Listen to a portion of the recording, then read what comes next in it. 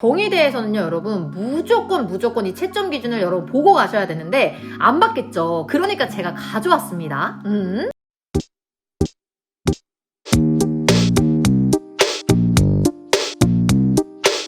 안녕하세요 여러분, 연세대 김미미입니다. 오늘은 여러분 우리 경희대학교 논술의 특징에 대해서 설명드리기 위해 이렇게 영상을 켰습니다. 우리 경희대학교에 대한 관련 영상은 지난 영상에서도 정말 많이 찾아보실 수가 있으실 텐데, 이게 인문과 사회가 나뉘어져서 기출문제를 중심으로 이루어지다 보니까 여러분들에게 좀 더 보편적으로 경희대가 중요하게 생각하는 이 계열을 불문하고 포인트가 어디인지를 같이 설명드리기 위해서 이렇게 영상을 시작해 봅니다. 경희대의 채점 기준을 바탕으로 우리가 반드시 숙지해야 되는, 기억해야 되는 4가지 포인트를 여러분 같이 잡아보도록 할게요. 그 중에 경희대학교의 첫 번째 특징, 그 유형이 명확하게 고정이 되어 있다라는 점입니다. 여러분, 사실 유형이 고정되어 있는 학교는 정말 많지만 이렇게 경희대처럼 진짜 100% 그대로 문제 유형이 고정되어서 나오는 학교는 사실 몇 개 안 돼요. 그러다 보니까 이렇게 경희대처럼 내가 지금 처음부터 끝까지 이렇게 고정적인 유형을 너에게 주고 있고, 모범 답안에서 제시하고 있는 그 답안 전개의 방식도 고정이 되어 있어. 근데 이렇게 고정되어 있는 유형화된 그런 문제를 줌에도 불구하고 이 유형과 달리 고정적이지 않은 방식으로 답을 쓴다는 건요, 여러분, 엄청나게 큰 감점의 대상이 되죠. 어느 학교든 학교를 막론하고 이 학생이 우리 학교의 기출을 최소 3개년 이상 풀어봤는가, 이게 여러분 채점의 기준이 되는 포인트는 바로 학교 측이 주는 그러한 유형대로 답을 쓰고 있는가 라는 포인트입니다. 그거에 맞춰서 답을 쓴 학생을 보면서 이 학생이 우리 학교에 오기 위해서 문제를 많이 풀어봤구나 라는 거를 판가름할 수 있는 너무 중요한 부분이 된다라는 거죠. 그렇기 때문에 경희대처럼 처음부터 끝까지 고정적인 유형을 주는 학교는요, 그 답안 역시 고정적으로 여러분 변함없이 가져가 주셔야 됩니다. 이거 되게 별거 아닌데 되게 못하는 친구들이 많아요, 여러분. 그러니까 우리는 절대 그렇게 되지 않고 답안이 요구하는 바에 맞춰서 답안의 템플릿을 정확하게 정해가서 답안의 전개 방식, 문단의 구성, 그리고 각 문장의 개수까지 정확하게 세서 정해가면 얘들아, 시간을 줄일 수도 있을 뿐더러 경희대가 요구하는 그 채점 기준에 부합하는 답안을 또 충실하게 쓸 수가 있겠죠. 너무 중요하기 때문에 템플릿은 반드시 100% 그대로 가져가 주셔야 됩니다. 경희대학교의 두 번째 특징, 인문계열과 사회계열의 구분이 무의미해지고 있다라는 점입니다. 여러분, 이거는 우리한테 너무 희소식인데 사실 진짜 그 학교의 기출문제만큼 좋은 문제가 절대 없어요, 여러분. 그렇기 때문에 이렇게 인문계열과 사회계열의 문제를 다 같이 풀 수 있는, 즉 내가 공부하고 갈 수 있는 기출의 양이 많은 것은 너무나도 논술러들한테는 희소식이 됩니다. 그렇기 때문에 우리는 이렇게 인문과 사회의 구분 없이 문제를 다 풀어가면서 최신 기출부터 하나씩 풀어가면서 경희대가 좋아하는 지문의 유형과 그리고 경희대가 좋아하는 개념들, 대립 키워드들, 어휘들을 분명하게 숙지해 갈 수가 있는 거겠죠. 물론 인문계열과 사회계열의 그 세부적인 부분에 있어서의 차이는 있을 수 있지만 기본적으로 분류와 평가라는 그 방식이요, 여러분, 고정되어 있습니다. 인문계열의 문제가 확연히 변화되면서 완전 사회계열의 그 문제 유형을 그대로 가져간다라는 거예요. 물론 분량의 차이는 있고 제시문 수의 차이는 있습니다. 그리고 사회계열대로 인문계열대로의 차이는 분명히 존재하지만 이 부분은 여러분 경희대 인문계열 그리고 경희대 사회계열 영상을 따로 이제 분리해가지고 업로드 해놨으니 그 부분을 더 자세하게 참고하시면 되고요. 기본적으로 어쨌든 분류와 평가의 유형이 동일하게 진행이 된다 라는 거를 기억하고 역시 같이 문제를 풀어나가야 되겠죠. 그래서 사회계열의 논제 1번은 사실 인문계열의 논제 2번과 동일하고, 또 사회계열의 논제 2번은 사실 인문계열의 논제 1번과 전개하는 흐름이 동일해집니다. 그러니까 여러분, 이 고정적인 유형이 있는 대학교에서 이 고정적인 유형으로 답을 쓸 수 있는 이 기출문제가 많아졌다라는 거는 반드시 여러분들이 안 풀 이유가 없는 그런 중요한 기출문제가 되는 거겠죠. 풀어야 될 숙제가 되는 겁니다. 그리고 또 이 인문계열과 사회계열의 이 개념이라든지 대립 키워드들도 꽤나 비슷하게 등장을 하고 있기 때문에 여러 가지 기출문제를 풀면서 인문계열에 나왔던 게 사회에 등장을 하기도 하고 사회계열의 근거였던 게 인문계열에 또 근거로 등장을 하기도 하기 때문에 우리가 얘네들을 풀 때 문제 유형뿐만 아니라 이 키워드와 어휘들도 정확하게 더 다양하게 숙지를 할 수가 있다라는 점을 참고해 주시면 되겠죠. 그리고 경희대의 특징 세 번째, 고득점을 받기 위한 양면적인 평가와 그리고 반박과 재반박의 구조를 무조건 활용을 하셔야 됩니다. 이거는 경희대 수업 중에 제가 정말 맨날 진짜 수년을 강조하고 있는 너무나도 중요한 포인트인데, 여러분 경희대가 모범 답안이 최근에는 정교해지긴 했어요. 정말 자세히 잘 주고 있습니다. 하지만 그것과 별개로 이 경희대는요, 학생들이 찾을 수 있는 양면적인 평가와 예리한 문제 제기, 또 반박과 재반박을 이용한 답안 전개 방식에 가점을 너무나도 잘 주는 대학교예요. 자, 여기서 그럼 양면적 평가가 뭐냐, 반박과 재반박이 뭐냐, 이런 것들이 또 어려운 친구들이 분명히 있겠죠. 일단 양면적인 평가라는 것은 평가가 논제 유형인 경희대에서 단순히 옹호, 단순히 비판으로만 끝나는 게 아니라 A라는 지점에서는 옹호를, B라는 지점에서는 비판을 합니다. 라는 부분 동의와 부분 비판을 같이 갖고 있는 거예요. 다시 말해서 양면적 평가다라고 한다는 것은 가라는 지문이 가를 옹호하는 지점과 비판하는 지점이 동시에 들어있을 때 이러한 것들을 구체적으로 정확하게 제시문 속의 근거를 들어서 양면적으로 평가를 해주는 것을 양면적 평가라고 합니다. 그러면 내가 이런 부분들은 평가 두 갈씩을 쓸 때도 제시문 다는 제시문 가를 양면적으로 평가한다 라고 전개할 수가 있게 되는 거겠죠. 그런 다음에 내가 양면적인 평가를 할 때는 여러분 반드시 옹호하는 지점부터 설명을 해주셔야 됩니다. 그래서 양면적으로 평가한다 라고 써준 뒤에 A라는 지점에 대해선 옹호하더라 라는 거에 대한 문장들을, 설득을, 근거를 제시해 주시면 되고, 그러나 반면에 하지만 이라는 역접의 연결사와 함께 B라는 지점에 있어서는 비판도 하더라 라는 설득의 근거를 가지고 와서 그 다음에 비판을 이어가셔야 됩니다. 여러분 이거 진짜 너무 중요한데, 우리가 좋아하는 공차 음료수를 생각을 하면서 공통된 거 먼저, 그 다음에 차이점, 항상 이 순서대로 비교를 할 때도 마찬가지, 양면적 평가를 할 때도 공차의 순서대로 해야 된다라는 거를 꼭 유의를 해주시면 돼요. 그리고 두 번째, 반박과 재반박이라는 것도 여러분 엄밀히 말하면 주장, 반박, 재반박입니다. 이거 역시 평가를 하는 과정에서 정말 많이 활용이 되는데, 사실상 이 반박과 재반박은요 모두 다 제시문에 일단 근거가 되어 있어야 돼요.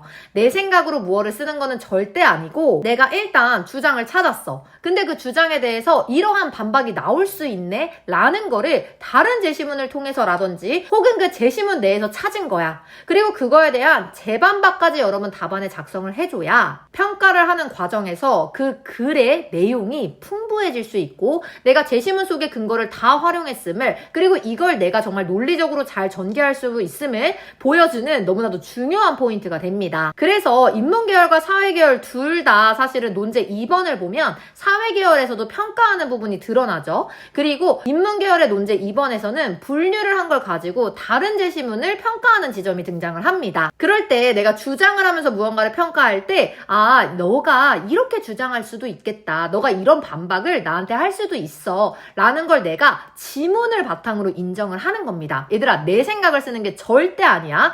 지문에서 나올 수 있을 법한 반박을 잡아주고, 그거에 대해서 나는 근데 이렇게 재반박할 수 있어 라는 것 또한 지문을 기반으로 잡아주시면 됩니다. 그래서 내 주장을 일단 명확하게 해주셔야 돼요, 여러분. 그냥 단순히 반박, 재반박이 가점 많이 준다고? 라고 하면서 당장 그냥 막 냅다 쓰는 게 아니라 주장을 써줘. 내 주장을 일단 명확히 해. 그런 다음에 내 주장에 대해서 상대 측이 할 수 있는 반박의 내용을 써주고, 그거에 대해서 다시 재반박을 하면서 내 주장을, 본래 주장을 강화해 주는 겁니다. 이게 주장과 반박과 재반박이라는 전개 방식인데, 경희대에서 양면적 평가만큼 너무나도 잘 쓰이는 전개 방식이라는 거를 꼭 기억을 해주셔야 돼요. 그래서 사회계열이든 인문계열이든 양면적 평가와 그리고 반박과 재반박의 전개 방식 반드시 내가 숙지해가지고 진짜 자연스럽게 활용할 수 있도록 여러분 연습을 해주셔야 됩니다. 특히 이 부분에서 약간 평가를 할 때 쌤이 하나만 얘기를 하자면, 물론 포괄적으로 무언가를 평가할 수도 있겠죠. 나는 아이스크림을 좋아하는데 너 바나나 좋아해? 너 그럼 틀렸어. 나랑 다르잖아. 이렇게 말하면 그냥 포괄적으로 평가를 한 겁니다. 근데 여러분, 진짜 평가라는 건요, 이런 포괄적인 평가가 아니라 각각 정확하게 너가 주장하는 지점에서 이 지점은 틀렸어 라는 부분을 좀 더 구체적으로 평가를 해줄 때 그 가점의 그 폭이 훨씬 더 높아집니다. 특히 인문계열 같은 경우에서는 그냥 이런 이유로 비판한다 이게 아니라 너가 말하는 이 부분이 내가 말하는 이 부분이랑 다르잖아 라고 말하는 1대1로 상응해서 비판하는 연습을 또 같이 해주셔야 돼요. 이거는 사실 학도를 막론하고 있는데 그럼에도 경희대가 이렇게 1대1로 상응하는 비판점이 정말 명확하게 드러나는 경우가 많기 때문에 내가 그냥 포괄적으로 무언가를 평가하기보다는 1대1로 상응하는 지점, 내가 가가 제시문 다를 비판할 수 있는 정확한 지점을 제시문 내에서 근거로 찾아서 1대1로 상응되는 지점을 비판해 주셔야 그 가점이 어마어마하게 높아진다라는 점입니다. 여러분, 이거 진짜 너무 중요한 세 개의 그 고점 포인트이기 때문에 꼭 기억하고 한번 직접 찾아보시고 연습하시는 부분이 필요하다, 중요하다 기억해 주세요. 그리고 경희대의 네 번째 특징, 이 논제마다의 채점 분배가, 점수 분배가 어떻게 되어 있는지를 여러분 파악하셔야 됩니다. 선생님은 경희대가 진짜 대단한 학교라고 생각해. 왜냐면 이 채점 기준을 잘 보지 않고 그냥 시험을 보는 친구들은요, 여기서 말하고 있는 가점 10점씩 진짜 내가 더 점수를 받을 수 있는 부분을 싹 놓치고 가는 겁니다. 그렇기 때문에 경희대에서는요, 여러분 무조건 이 채점 기준을 여러분 보고 가셔야 되는데 안 받겠죠. 그러니까 제가 가져왔습니다. 경희대는요, 되게 독특한 지점에 10점씩의 가점이 분배가 되어 있어요. 되게 예상 외의 위치에서 점수를 주고 있다라는 거야. 어떻게 확인해 줄 수가 있냐면, 일단 사회계든 인문계든요, 논제 1번과 2번 모두 기본 점수가 60점으로 들어가고 40점을 가지고 학생들이 싸우기 시작을 합니다. 논제 1번에서 최대 점수 40점, 논제 2번에서 점수 40점, 그리고 인문계열 1, 2번에서 각각 40점씩 이렇게 점수 분배가 일단 되어 있어요. 물론 100점씩이라고 표기가 되어 있긴 하지만 기본 점수가 60점으로 들어가기 때문에 결국은 40점을 채울 수 있느냐 없느냐의 싸움이 시작이 되는 겁니다. 그래서 사회계열 논제 1번도 40점을 우리가 받을 수가 있는데 그 중에 30점은 여러분이 생각하는 바로 그 지점입니다. 일단 분류와 대립 키워드가 있는 1문단, 그리고 같은 분류끼리 묶인 것들의 요약 3문장 들어있는 거 2문단, 그리고 반대 주장을 하는 것들의 요약 3문장까지 해서 이 3문단까지 10점, 10점, 10점으로 30점이 들어가 있어요. 아니 그럼 10점은? 없어졌잖아. 이 10점이 들어가는 지점이 여러분 바로 차별적인 근거 제시입니다. 우리가 공통된 주장을 하고 있는 제시문을 3개씩 묻게 되죠, 사회계열에서는. 근데 얘네가 절대 똑같은 주장을 하지 않아요. 즉, 주장은 공통되게 묶여있지만 이 주장을 뒷받침하는 근거가 차별적이다라는 것입니다. 그렇기 때문에 각 제시문을 요약할 때 공통주장으로 잡아놨던 거를 반복하지 않고 그 제시문만 하고 있는 대표적인 차별적인 근거들을 자신만의 어휘로 차별적으로 담아내는 거, 거기서 나머지 10점이 분배가 된다라는 점입니다. 특히 경희대는 나만의 어휘, 나만의 논술형 어휘를 잘 쓰느냐도 너무나도 중요한 포인트이기 때문에 이 10점에는 차별적인 근거들을 나만의 어휘를 활용해서 전개하느냐가 나머지 10점의 포인트가 되는 겁니다. 그렇다면 사회계열 논제 2번에서는 어디 부분에서 10점의 가점을 얻을까라고 했을 때 논제 2번은 내가 이 앞서 나왔던 논제 1번의 주장 중에 하나를 선택을 해야 되죠. 그리고 그 선택한 제시문에 대해서 왜 내가 이 주장을 선택했는지를 뒷받침하는 근거를 써줘야 됩니다. 그 근거가 한 문장에서 2문장 정도로 나오게 되는데 그 부분이 여러분 10점의 가점이 배분되는 곳이에요. 다시 말해서 앞에 논제 1번에서 이 주장에 대한 근거들을 막 설명을 했는데 내가 어쨌든 그 제시문을 선택한, 그 주장을 선택한 이유를 나만의 생각을 같이 조금 가미해가지고 설득력 있게 그 근거를 제시해줘야 된다라는 얘기야. 내가 자유주의가 더 중요하다고 생각을 했어. 근데 그게 왜 그러냐면 이라는 거에 대한 근거가 탄탄하고 정확하게 논술형 어휘로서 내가 왜 이 주장을 선택했는지에 대해서 남들도 다 이해할 수 있는, 채점자들도 이해할 수 있는 정확한 그리고 설득력 있는 근거가 뒷받침이 돼줘야 된다라는 겁니다. 그리고 여기에 10점이라는 가점이 포함이 되게 된다라는 거죠. 그리고 나서 우리가 3가지의 제시문을 평가해야 되니까 나머지 바사, 아에 각각 10점씩 들어가게 됩니다. 그러니까 내가 생각지도 못했던 내가 선택한 주장에 대한 근거에 무려 10점, 나머지 평가한 것과 동일한 점수를 받기 때문에 이 부분을 여러분 절대 대충 쓰시면 안 된다라는 거죠. 그치? 나는 A라는 주장을 선택했어. 뭐뭐이기 때문이다. 라는 그 근거를 정확하게 들어주고 그 근거는요, 여러분, 좀 더 예리하게 제시하는 설득력을 갖춘 답안이면 너무나도 좋겠죠. 가점을 다 가져갈 수가 있게 될 겁니다. 그렇다면 인문계열로 넘어가서 우리 인문계열 역시 일단은 가독성 그리고 어휘력에 일단 점수를 굉장히 크게 주고 있고 인문계열의 논제 1번이 진짜 대박인데 이 논제 1번도 40점이 주어진다? 근데 이때 다를 요약하는 게 10점이야. 그리고 나서 이걸 바탕으로 가와 나를 평가하는 게 합쳐서 10점입니다. 그럼 지금 우리 20점을 쓰고 나머지 20점이 얘들아 어디로 가느냐? 바로 창의성 및 표현력입니다.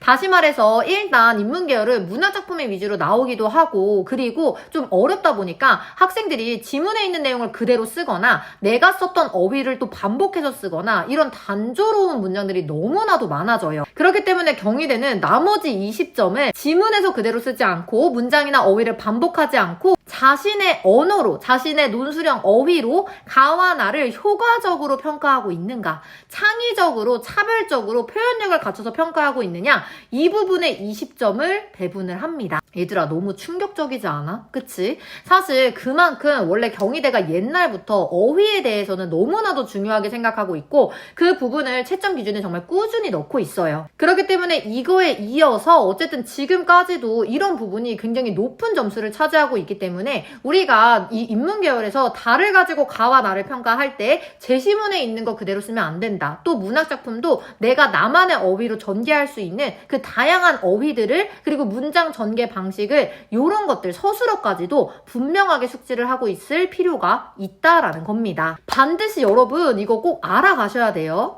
논제 2번도 마찬가지입니다. 여러분 40점을 기준으로 일단 분류 자체가 10점 그리고 이 분류 자체로 내가 선택한 제시문을 각각 요약하는 거 10점 그리고 이걸 바탕으로 다른 제시문을 평가하는 거 10점 그럼 나머지 10점은 어디로 가? 창의성 및 표현력으로 가게 됩니다.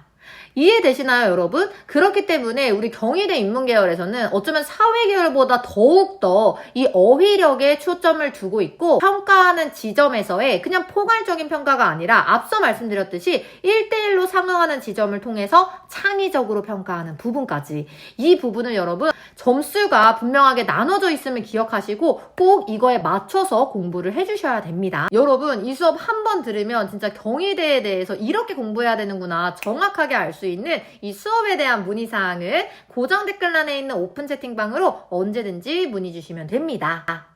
그럼 우리는 여러분 최초합을 위해서 수업에서 봐요. 안녕!